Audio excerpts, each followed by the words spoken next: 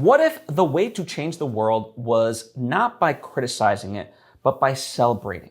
And what I mean by this is that within the online content space, right, in all forms, whether video form or just posts and things of that nature, we tend to criticize and things of that nature. But let's promote things we actually enjoy instead of bashing things we don't like. I know it sounds perhaps very simple and very banal, and yet a lot of us can fall into this, myself included. And that's why very recently I've reshifted even just my YouTube channel to be less of a film critic and more of a curator.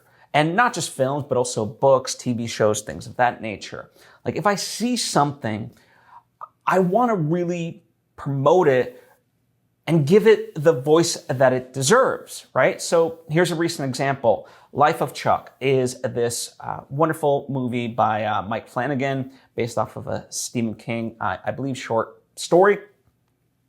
I had no expectations going into this other than that, you know, it sounds like or it looks like a good movie rather, right?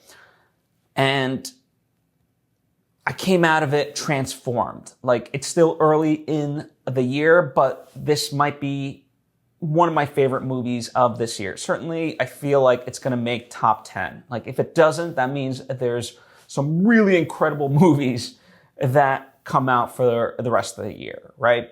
So that's a recent example. Now, why does this ultimately matter to promote things you actually enjoy instead of criticizing things that you don't? Well, number one, we all talk about the algorithm in the social media and content space, right? Algorithms reward engagement. So even hate watching boosts what we don't like overall, right? And it puts attention on that. And so it amplifies what we actually don't want.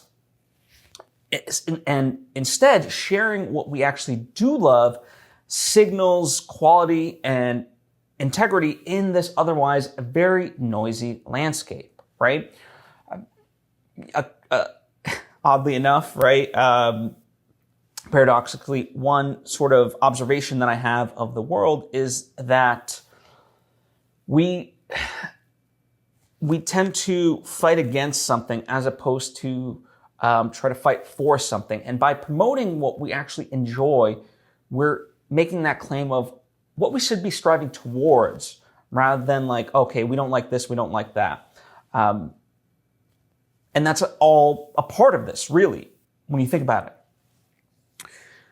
And by promoting things you actually do enjoy, it gives you the ability to be magnanimous, right? Criticism does have its place. I don't think we can get rid of it, but that constant barrage of negativity that so exists, in part erodes our spirit. And if you are a content creator, there's sort of trust. Eventually it's just like, okay, all this person does is shit on X, Y, and Z and so forth. And ultimately, is that what we want in the world?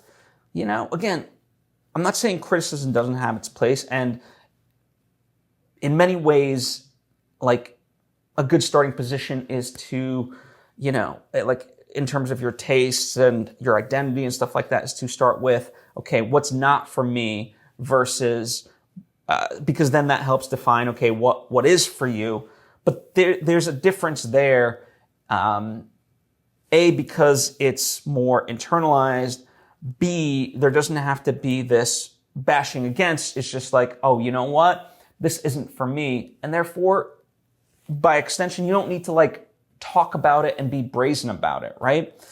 So that's a good way to look at it, at least for me. And then as far as what it does is it creates a filter, right? And that's why for me, I've made this choice to essentially be a curator of only the good stuff, right? That way, that's the stuff that can make it to the top, right? And specifically, like when I talk about movies, there's this public notion that original movies don't come out anymore. There's no good movies, this and that. And it's like, there are so many good movies that I see. And there's definitely ones that I don't enjoy. But the notion that they don't make any good movies anymore is just false.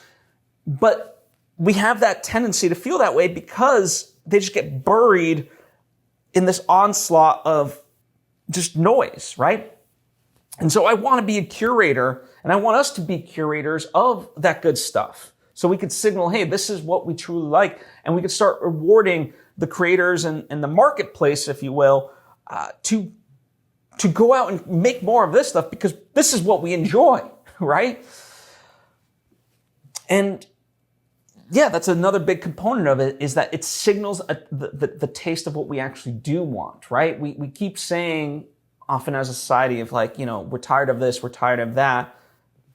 And yet that's what gets consumed. So, from a business standpoint, of course, it's going to make sense for companies to create more of that stuff because that's what's making money. So we just need to shift focus in that way and with our voice and with our dollars to really start going after what we want. And that's what's going to create that ripple effect in terms of quality, right? That we're aiming for. So be a lighthouse, not a foghorn. And in fact, as I wrap this out, I challenge you to share something that's amazing that you've recently experienced. Could be, I don't know, a local thing like an escape room. It could be a movie. It could be a book. It could be a new musician. Like whatever it is, just amplify it, right? Be the megaphone for that piece of art to help get it further out into the world. And even if it's something that like is big, I'm not saying it just has to be like ultra small indie artist stuff. Although of course, if you know me, you know that I'm a big advocate of fighting for those types of underdogs. But even if it's like the latest Marvel movie that you truly enjoyed, like great, whatever it is, it's okay. If you enjoyed it, if you loved it, be that mouthpiece for it and spread the word and share why you loved it, right? And that also helps just build community and trust and so forth. So I know it's been a long-winded way of saying like, hey, just talk about stuff you like, but I wanted to kind of also dive beyond the surface level of why I believe this is important and whatnot. So thank you as always for taking the time to tune in. I truly do appreciate it, and I'll see you next time.